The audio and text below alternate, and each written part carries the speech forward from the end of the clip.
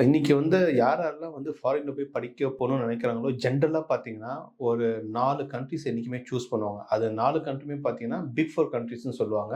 அப்படி இல்லன்னு பார்த்தீங்கன்னா, இங்கிலீஷ் ஸ்பீக்கிங் கண்ட்ரி அப்படின்னு சொல்லுவாங்க. அந்த 4 கண்ட்ரி என்னன்னு பார்த்தீங்கன்னா, யுஎஸ், கனடா, யுகே, ஆஸ்திரேலியா. இது 4மே நம்ம இந்தியன் ஸ்டூடண்ட்ஸ் ரொம்ப ஈஸியா அங்க போயிட்டு அவங்க படிக்க முடியும். அந்த நெறைய ஸ்டூடண்ட்ஸ் பேரண்ட்ஸ் சூஸ் பண்ணக்கூடிய கண்ட்ரீஸ் என்னன்னு பார்த்தீங்கன்னா, இந்த இங்கிலீஷ் ஸ்பீக்கிங் கண்ட்ரி சூஸ் பண்றாங்க. யுஎஸ் எம்பசியோட ரிப்போர்ட் என்ன சொல்லுதுன்னா, 2023ல அவங்க 1,00,000 ஸ்டூடண்ட்ஸ்க்கு இந்தியால இருந்து மட்டும் விசா கொடுத்திருக்காங்க. பட் இந்த வருஷம் பாத்தீங்கன்னா அந்த 1,00,000ல இருந்து நிறைய விசா ரெஃப்யூசலும் அவங்களுக்கு இருக்கு. அந்த ரெஃப்யூசல்ஸ்ல இன்னொரு விஷயம் பாத்தீங்கன்னா, இந்த வருஷம் அவங்க ப்ரிடிக்ட் பண்றதே மொத்தம் 60,000ல இருந்து 80,000 மட்டும் தான் அவங்களுக்கு விசா கிடைக்கும். அவ்வளவு ஸ்டூடண்ட்ஸ் தான் விசா இந்த வாட்டி கொடுக்கிறதுக்கான பாசிபிலிட்டி இருக்குன்னு சொல்லிருக்காங்க. இதே ஒரு பெரிய டிராஸ்டிக் சேஞ்ச். 60,000 பாத்தீங்கன்னா ஆல்மோஸ்ட் 40% போன வருஷத்தை கம்பேர் பண்றப்ப இந்த வருஷம் 40% கம்மியா தான் நமக்கு யுஎஸ் விசா கொடுத்திருக்காங்க. பட் இருந்தாலுமே அந்த யுஎஸ்க்கான முகம் என்னைக்குமே யாரையும் விட்டதில்லை. அதுதான் இன்னைக்குமே வேர்ல்டு வைட் பொறுத்த வரைக்கும் அதுதான் ஃபர்ஸ்ட் ப்ரையாரிட்டி.